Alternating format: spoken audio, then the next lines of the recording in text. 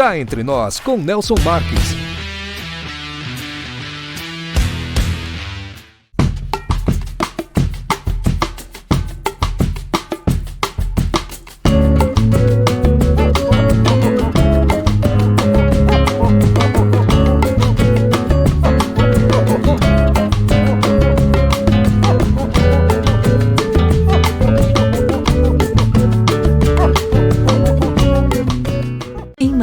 Hospede-se no Estoril Hotel, no centro de tudo, com o conforto que você merece. Ótimas opções de apartamentos, para você desfrutar de dias tranquilos, seja para lazer ou para fazer negócios. A maior estrutura de eventos corporativos da região, academia, pet friendly, estacionamento privativo e coberto e um delicioso café da manhã. Em Marília, reserve o melhor para você. Estoril Hotel.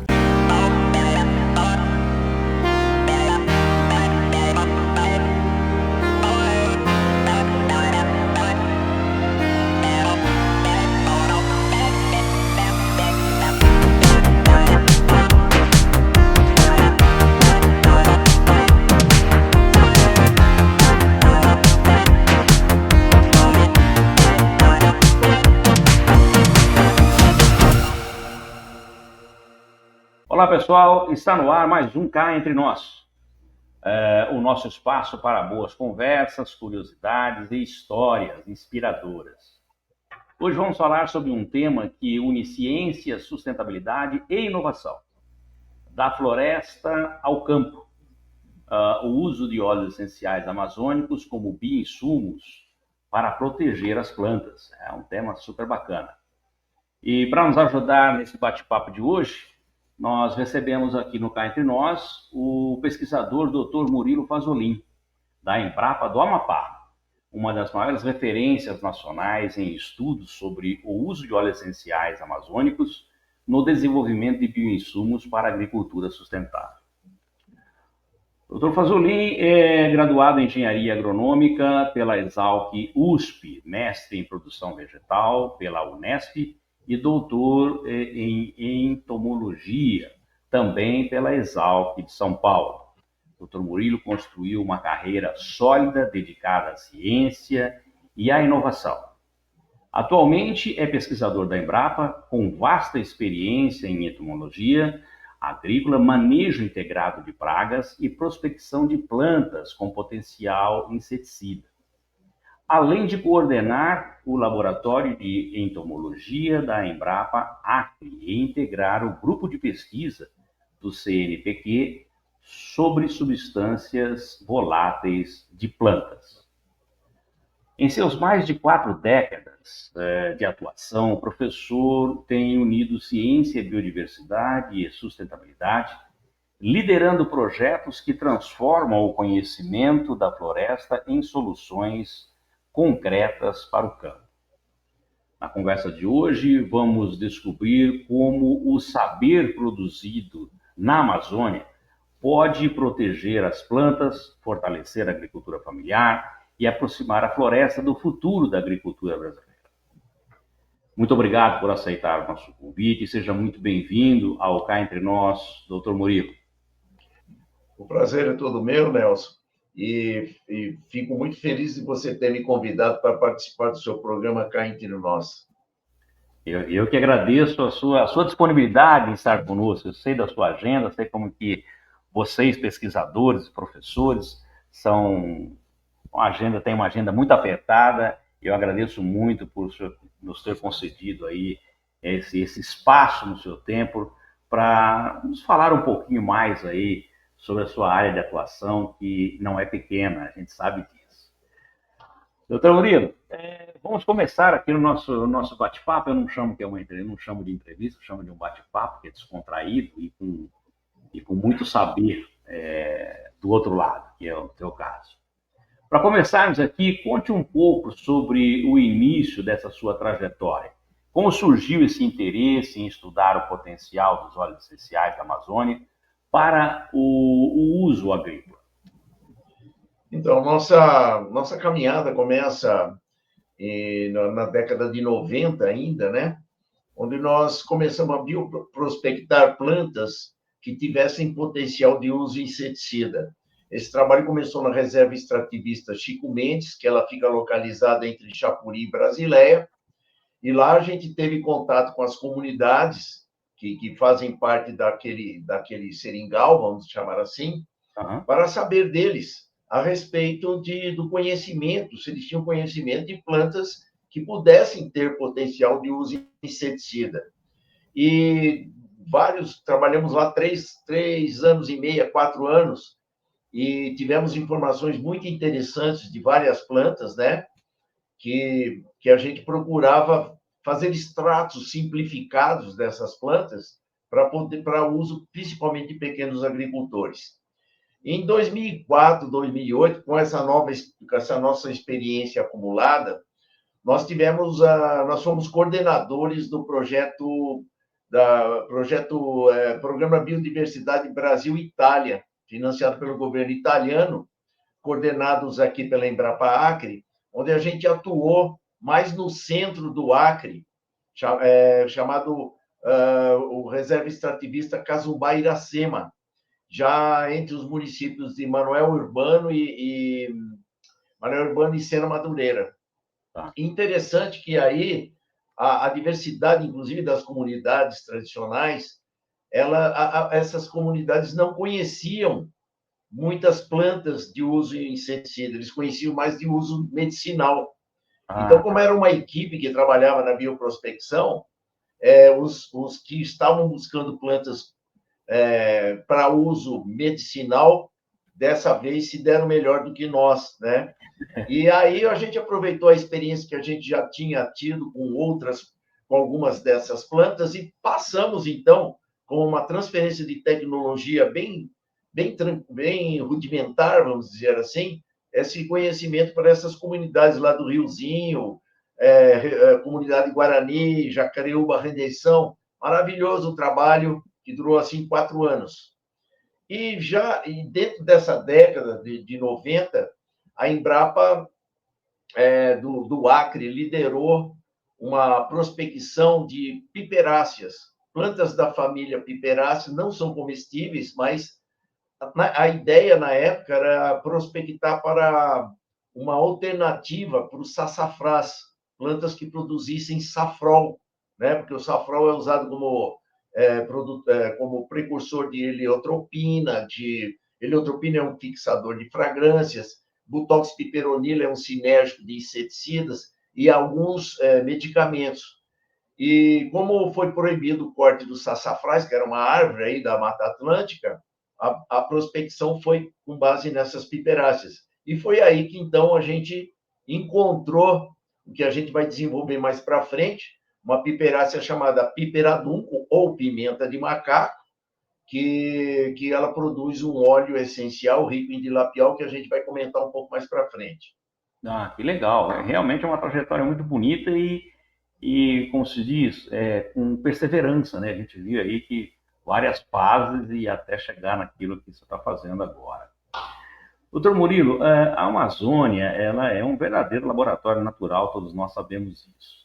Quais espécies vegetais da região têm se mostrado mais promissoras na produção desses protetores de plantas? Então, a gente, de uma forma bem resumida, nós temos, assim, plantas que podem ser utilizadas de forma prática. Tem um cipó chamado cipó Vic, mas não tem nada a ver com a pomada Vic, né? Ele tem até um outro... o Vic Vaporub. Ele é um cipó que o professor Kerr, ele estudava abelhas, né? E ele observou que os índios caiapós pegavam um pedaço desse cipó, jogava dentro das colmeias para amansar as abelhas e predar o mel, se alimentar do mel, né? Para nós é predar, né? Para a abelha é predar, né? Aí, o que aconteceu? Então, ele registrou isso e nós, dentro dessa busca, a gente viu que essa planta era muito abundante aqui no Acre e fomos estudá-la. E aí nós vimos, né, que as flores dessa planta, as folhas dessa planta, ela produz, assim, algo em torno de 3.000, 4.000 ppm de ácido cianídrico. É uma bomba de ácido cianídrico, né? E aí tentamos isolar o óleo, não fomos bem sucedidos e resolvemos utilizar a própria planta, os talos dessa planta amassados dentro de garrafas PET de 2 litros furadas, colocar dentro de massa de grão armazenado. Então, você fechava o milho armazenado, colocava esse cipó lá dentro, não ficava um gorgulho do milho.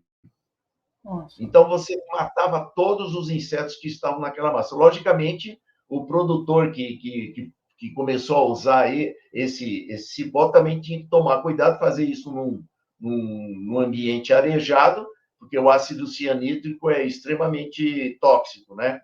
A gente pensa que o que vem de planta não é tóxico, mas nesse caso é. E aí a gente passou, algumas comunidades aqui, no caso do Bairro Iracema, principalmente, utilizam esse cipó que é abundante aqui no Acre. E aí, de 2008 a 2010, também a gente teve um trabalho interessante, já ao norte, né, na região do Vale do Rio Juruá, para prospectar plantas de timbó. Timbó, plantas do gênero Derris e Longocarpus, que eles são, os indígenas utilizam para tinguir os peixes. Ou seja, eles amassam o talo, as folhas, colocam nas lagoas, nos igarapés, e aí os peixes se intoxicam por falta de oxigênio e eles flutuam, e aí eles coletam os peixes. É uma pescaria que eles fazem. Só que ele é rico em rotenona e deguelina e treflozina. E esses compostos são extremamente tóxicos para insetos. E aí começamos a trabalhar algumas formulações bem simplificadas disso, só que o problema era que o cultivo dessa planta começou a ser barrada pelo IBAMA, né? Justamente pela utilização secundária, ou seja, primária dela, como para tinguir peixes, entende? Mas é uma planta que tem um potencial muito grande e existem produtos comerciais fora do Brasil à base de rotenona. É uma pergunta de leigo. E o peixe que era tingido, assim que fala, pela planta, ele era intoxicado, né? Intoxicado, né? Para o ser humano, isso não afeta em nada. Não, ele só para animais de sangue frio, né? E é uma forma dos indígenas pescarem, né? Em lagoas muito grandes e tal, mas é bastante tóxico. Só que para o ser humano, não. Após a pescaria desses peixes, eles são tratados e servem para alimentação de forma normal. Tranquilo. Certo? Legal. E aí, você tem, assim, outros compostos que a maioria das pessoas que não são da Amazônia, que não trabalham aqui, conhece, tipo óleo de copaíba, óleo de mumuru, óleo de andiroba, por exemplo, é um excelente repelente, né? Isso aqui são já conhecimentos já bastante veiculados, né? Você tem também plantas que o relatório do GIZ, que é um fomentador de projetos da Alemanha, eles fizeram um relatório bastante amplo e descobriram algumas plantas e descreveram algumas plantas, tipo o puxuri, só que elas são... Os puxuri é uma árvore, então a exploração dela tem que ser muito bem manejada para que você não tenha problemas de depredação, de sustentabilidade na exploração. Mas é uma planta que produz o eucaliptol, que é esse óleo de eucalipto, o concorrente dele seria esse. Você tem, por exemplo, envira pimenta de macaco, que é uma anonácea. Você tem uma planta chamada caatinga de mulata, ela é vendida no Ver-o-Peso, principalmente no Pará, lá, né? Ela é rica em linalol e ela é uma planta cultivada. Só que, geralmente, essas plantas que foram descritas nesse relatório, elas têm uma produção muito restrita para pequenos nichos, né? Odores, alguns perfumes que são especiais, né, aromáticos e tal. Então, a produção, para uma escala de você desenvolver um bioinsumo, por exemplo, já fica meio Adequado. comprometido. Teria que trabalhar melhor isso, né? Mas você tem uma outra planta chamada pataqueira também, rica em timol. O timol, ele é produzido pelo grupo das plantas chamadas de lípia, do cerrado, da caatinga, né? E é uma planta, e é um excelente inseticida, tem vários tipos de ação.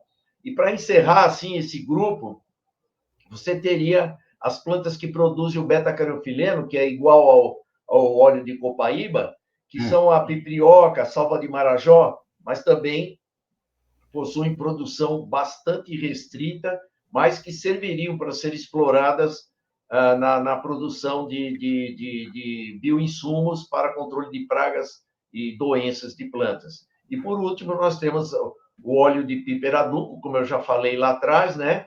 A gente estava explorando, estava bioprospectando para uma finalidade, vieram outras piperáceas e a gente teve a piperadunco. Hoje nós temos um banco de germoplasma dessas piperáceas, o único no Brasil e no mundo, né?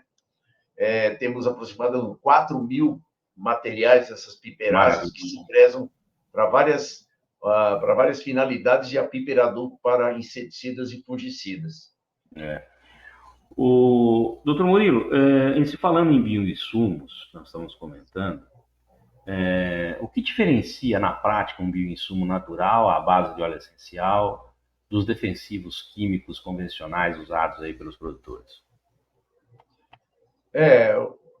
O que diferencia é basicamente a baixa toxicidade que tem esses compostos, né? Porque geralmente, se você pegar o dilapiol, por exemplo, que é o óleo que a gente trabalha para extraído da piperadunco, ele é utilizado pelas populações ribeirinhas e tradicionais, principalmente o extrato dele é para micoses humanas, para fungos humanos. Então, ele é aplicado diretamente na pele e tudo mais. Isso não quer dizer que da forma industrializada e purificada que a gente trabalha, que ele não possa oferecer algum risco, mas isso daí tudo é avaliado quando você registra produtos à base de óleos essenciais, né? E, particularmente, o óleo de piperadunco, ele foi testado, a gente vai ver que teve uma parceria para controle de uma praga de citros, ele foi testado para o parasitoide da praga, sabe? E a gente foi notar, isso daí foi observado, que o parasitoide aguenta 5 vezes a dose que mata a praga. Então, isso já tem um indicativo de seletividade. Então, a gente acredita que esses bioinsumos, chamados em bioinsumos bioquímicos, né, que é o caso de extratos vegetais e óleos essenciais, eles tenham esse baixo impacto na produção de alimentos, né, sem causar problemas à saúde humana, aos animais e ao meio ambiente. Então, eles são produtos de baixo impacto e por isso que são uma vertente diferente de produtos para controle de pragas. Doutor, esse processo de transformar um óleo essencial em um produto eficiente no campo deve envolver muitos desafios, acredito eu. Quais são os principais obstáculos científicos e tecnológicos enfrentados por vocês aí nesse desenvolvimento? Então, os obstáculos, eles vêm em decorrência das próprias etapas que você tem que percorrer para você chegar num produto, né? Primeiro é a bioprospecção, que a gente deu uma pincelada aí de como é que a gente faz, né? Aborda, vai atrás, bibliografia, procura informação e tudo mais. E aí você tem, a partir do momento que você detecta uma planta que tem esse potencial, você tem que regularizar a sua atividade junto ao CIGEM, que você está tendo um acesso ao patrimônio genético, né? Então, hoje já é mais simplificado, mas no começo, lá nos anos 2000, a gente teve um desafio muito grande para normatizar a nossa atividade, né? torná-la uma atividade dentro dos conformes, né? Aí, a partir desse momento, você tem que fazer, ou você extrai com extratores simplificados, tipo água ou álcool, ou alguns outros mais complexos, para extrair os princípios ativos. Você tem um indicativo da planta, que tem aquele potencial, você extrai o produto, e aí você começa a fazer as avaliações toxicológicas, né, dos insetos, do alvo que você pretende controlar. Isso é feito primeiramente no laboratório, né? Você determina doses e tal daquele princípio ativo, daquele extrato, seja ele óleo ou extrato mesmo, e depois você vai colocando isso numa condição de semicampo, numa casa de vegetação. E para tudo isso, você precisa de investimento. Um investimento, principalmente do início, como é um trabalho de prospecção, de conhecimento, um investimento governamental. E muitas vezes esses recursos não chegam na hora certa, né? A gente teve muita dificuldade, teve incentivo, mas teve dificuldade, enfim, mas conseguimos avançar. Aí, após todas essas etapas, você tem ainda a necessidade de você domesticar essa planta, porque ninguém sabe como é que se cultiva e tal. Então, tem que colocar agronomicamente no campo, com adubação, irrigação, como é que colhe, como é que seca, como é que extrai. Tem todo um protocolo, né, doutor? Desenvolve um protocolo. E descobrir, né? E descobrir esse protocolo. E descobrir, até que você chegue numa forma utilizável desse produto, entendeu? E aí são desafios que vão vendo, e você sempre trabalha com equipes, né? Equipes multidisciplinares, até que você esgote toda a possibilidade do desenvolvimento. A partir de alguns estágios que você chega, você tem que envolver empresas privadas para poder avançar e colocar o produto disponível no mercado e para o produtor, né?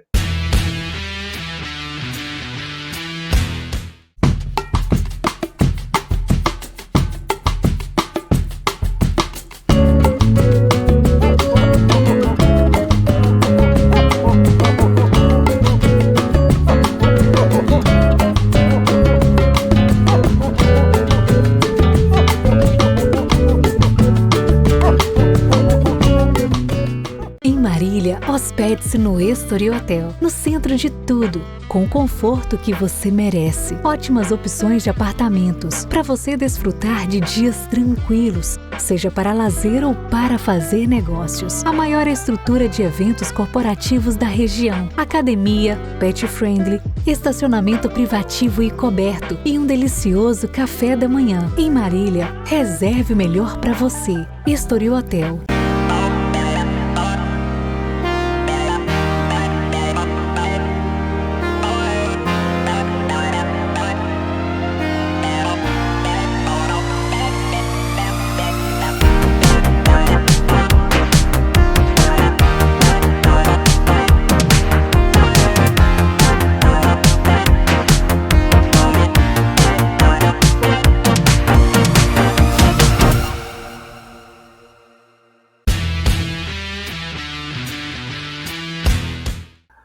Já existem resultados práticos observados em lavouras que comprovam a eficácia desses bioinsumos, doutor?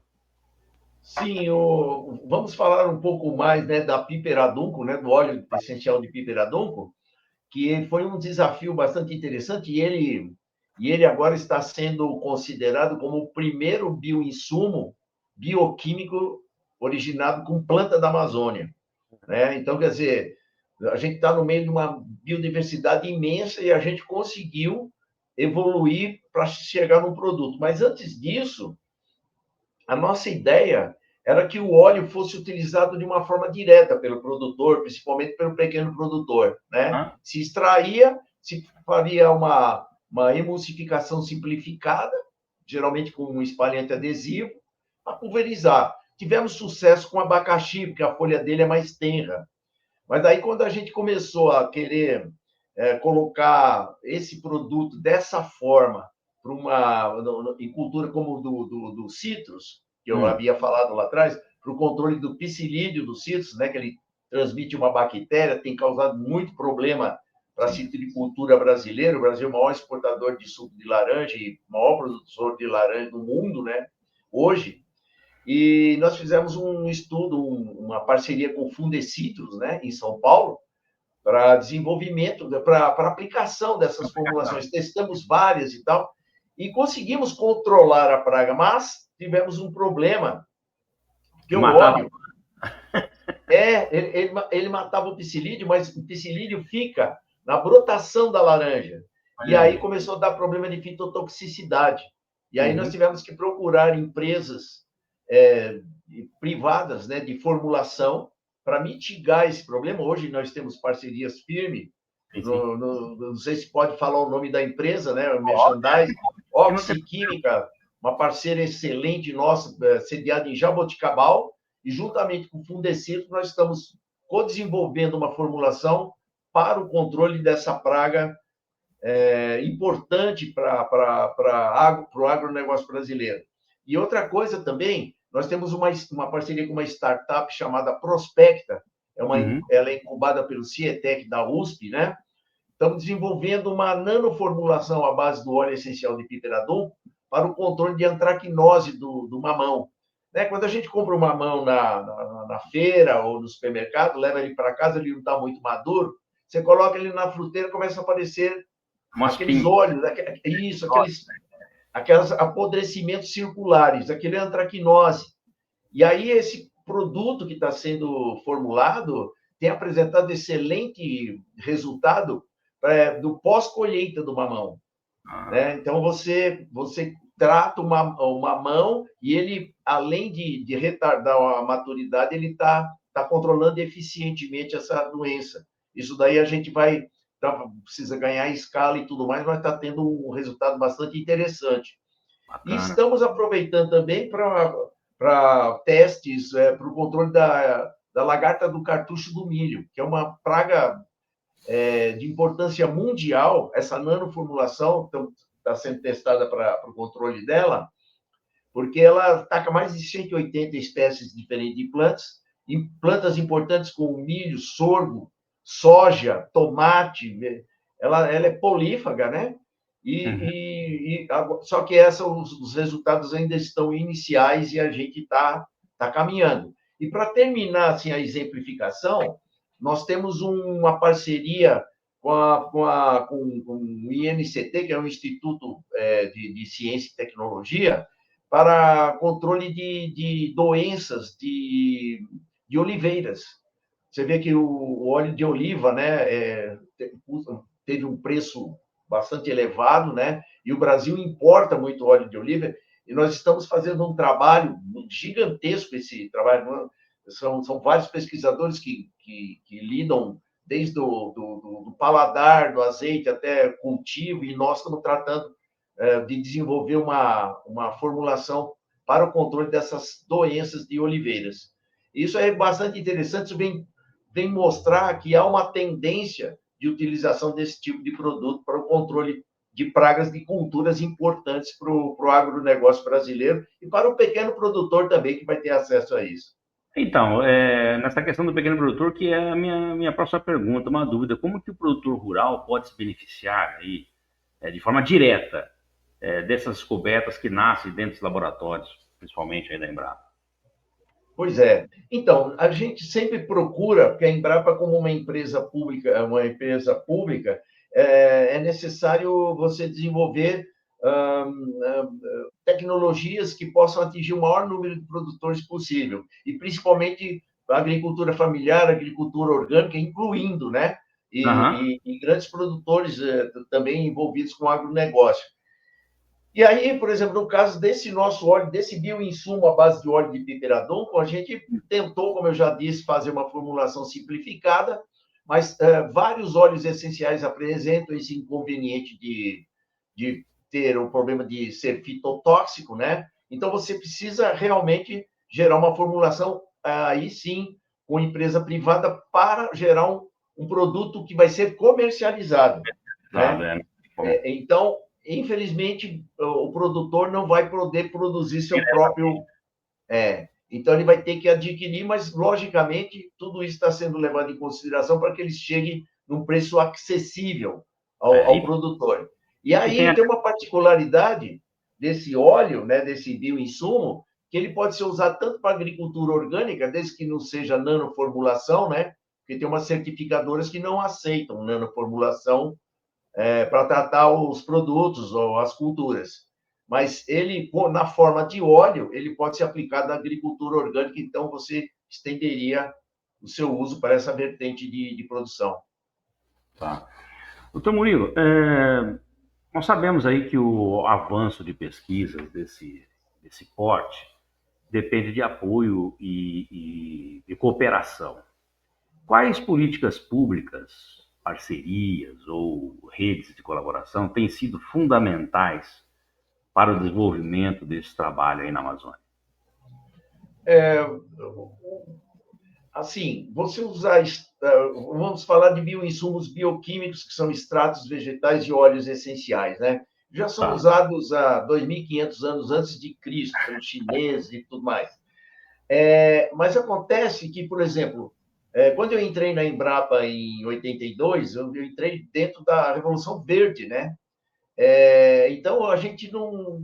Era impensável você usar um produto à base de planta para controlar pragas. O Brasil estava em expansão da sua agropecuária, que passou de importador a exportador de alimentos, como é uma potência hoje. Mas acontece que essas vertentes sempre continuaram sendo uma opção. E Aham. aí veio o Programa Nacional de Bioinsumos em 2020, né? Foi institucionalizado e ele veio dar uma força para esse tipo de produto. E agora, em 2024, em dezembro, foi sancionada a lei e está sendo regulamentada a lei dos bioinsumos. Isso daí vai trazer um avanço significativo para essa linha de produtos, porque hoje em dia, 60% a 70% são micro-organismos, os bioinsumos de origem de micro-organismo. E agora, essas de bioquímicos, essa parte química, que são extratos de plantas e óleos essenciais, eles, como estavam menos estruturados quando o programa foi instituído, eles ficaram, vamos dizer assim, a reboque. Hoje, não. Hoje, há um incentivo, haverá incentivo dentro dessa regulamentação para que novos produtos sejam explorados da bioquímica de todos os biomas brasileiros, principalmente a Amazônia, que é a maior biodiversidade do planeta. E aí, o que acontece? O estímulo para o uso desse tipo de produto vem através do estímulo do mercado, né? É uma Uhum. tendência das pessoas se alimentarem de produtos mais saudáveis, com menos resíduo, e aí o bioinsumo vem para atender essa lacuna de consumo, que a gente acredita que ela veio para ficar, né? E ela é bastante sustentável para a gente dar continuidade a todos esses processos. Legal. Doutor Murilo, e olhando aí para o futuro, quais são os próximos passos para que esses protetores naturais ganhem escala comercial e cheguem com mais força no mercado brasileiro? A projeção de crescimento do uso dos bioinsumos é apoiada principalmente pela expectativa dos Estados Unidos e da Europa, que Aham. aumentaram bastante a adoção de bioinsumos na produção de grandes culturas. E aí o Brasil já dá um banho de É um baita. versatilidade a respeito disso, porque nós somos um exemplo de utilização desses bioinsumos, principalmente de origem microbiológica, e nós temos as maiores taxas do mundo de utilização. Para você ter uma ideia, Hum. antes de ser institucionalizado o Programa Nacional de Bioinsumos, o número de registros desse tipo de produto era ao redor de 11%, 9%. A partir de 2020, passou a ser 19%, 16%, 20%. Então, hoje, por exemplo, são 2024, eu tenho dado aqui, que foram registrados 663 produtos de uma forma geral, químicos de uma maneira geral, 106 deles são bioquímicos, né? Quanto à tendência de mercado, por exemplo, passou em milhões de dólares, né, no mercado brasileiro, ele passou de 265 milhões de dólares para 857 milhões de dólares, quase 1 bilhão de dólares em 2024, 2025. E a área tratada passou de 22 milhões de hectares para 78 milhões de hectares no Brasil, né? E aí há uma projeção bastante otimista entre 27 e 28, que nós chegaremos a 8,56 bilhões de reais na movimentação desses produtos no mercado brasileiro. Legal. Certo? E sendo que os principais absorvedores dessa tecnologia são as culturas da soja, milho, cana e assim por diante. Legal. Bom, doutor Murilo, cá entre nós, qual é o maior aprendizado que o senhor leva dessa jornada de transformar a biodiversidade amazônica em soluções sustentáveis para o campo? Pois é. Cá entre nós, eu te digo que é a persistência em acreditar no potencial dessas plantas da Amazônia, sabe? A gente tem que acreditar. Eu sou criado, sou nascido e criado em São Paulo, mas tive o privilégio de vir para a Amazônia há 43 anos, né, que eu estou aqui na Embrapa, e realmente foi um desafio bastante interessante que me fez crescer como ser humano, me fez crescer como pesquisador, e o meu sonho é realmente ver um produto da Amazônia em benefício da agropecuária brasileira, do agronegócio brasileiro, independente do tamanho do produtor, né? E também aprendi que muito da utilização dessa nossa tão falada biodiversidade na geração de tecnologias e produtos, ela tem que ser voltada em prol da sustentabilidade não só do meio ambiente, mas das pessoas humanas, pessoas dos humanos, em qualquer parte do planeta que a gente possa considerar. Então, é isso que eu levo comigo como experiência de vida nessa caminhada toda. Legal. Doutor Murilo, olha, muito obrigado, viu, por sua presença aqui no Cá Entre Nós e poder compartilhar aí conosco esse trabalho que une a ciência, a natureza e inovação de uma maneira tão eficiente como o senhor relatou e tão apaixonante como o senhor diz na sua fala, aí a gente percebe. Eu vou, nesse momento, colocar aqui no rodapé da nossa tela os seus contatos e vou pedir que, por gentileza, o senhor deixe aí uma mensagem para os nossos telespectadores que estão nos assistindo agora. Bem, primeiramente foi um grande prazer participar dessa conversa amigável, né? E dizer que nós estamos aqui à disposição para esclarecimentos, né? Para perguntas que se fizerem necessárias, e que a gente tem que acreditar no nosso país em várias vertentes, em várias ocasiões, e principalmente na exploração racional e sustentável da nossa biodiversidade, de todos os biomas, mas particularmente, como eu sou da Amazônia, da região amazônica, que é bastante rica e tem muito a oferecer para o Brasil e para o mundo. Que bom, muito legal. Bacana, professor, muito obrigado aí mais uma vez por sua participação aqui no nosso programa. Foi de muito grande valia tudo isso que o senhor comentou conosco. Muito obrigado. Imagina. E a você também aí que nos acompanha, continue ligado aqui no Cá Entre Nós, participe aí com as nossas redes sociais, continue enviando seus e-mails para sugerir as pautas a serem tratadas aqui no nosso programa. E também, se você ainda não se inscreveu no nosso canal, por favor, inscreva-se e ative o sininho para receber as nossas notificações. Aproveita que você está por aí, deixa aquele like para o nosso programa, para a entrevista do Dr. Murilo. E esperamos vocês na semana que vem com uma nova entrevista. Solta a vinheta.